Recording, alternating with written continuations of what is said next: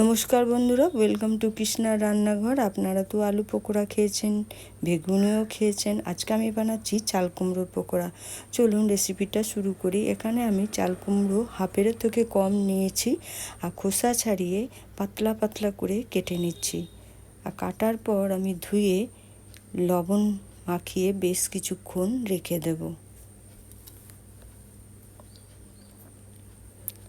বন্ধুরা দেখুন, ততক্ষণে আমি একটা বোলের মধ্যে বেসন নিলাম, স্বাদ মতো লবণ, স্বাদ মতো মিষ্টি, আর নিচ্ছি হাফ চামচ কালো জিরে, 1 চামচ পোস্ত।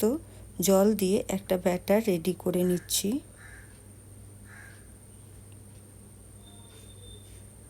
বন্ধুরা, আমি লঙ্কা গুঁড়ো দিতে ভুলে গেছি, তাই লঙ্কা গুঁড়োটাও দিলাম। দেওয়ার পর ব্যাটারটা রেডি করে নিলাম। আর এখন চাল কুমড়োটাকে বেসনের গোলায় ডুবিয়ে সাদা তেলে ভেজে নিচ্ছি। দেখুন, এটা পুরো ফুলকো লুচির মতো ফুলে যাবে। আর একটু কড়া করে ভাজতে হবে যাতে মুচমুচে লাগে খেতে। আর এটা সন্ধ্যায় স্ন্যাক্স কিংবা দুপুরে ভাতের সাথে খেতে পারেন। খেতে কিন্তু খুবই টেস্টি। আর রেসিপিটা ভালো লাগলে লাইক, শেয়ার, কমেন্ট করতে ভুলবেন না।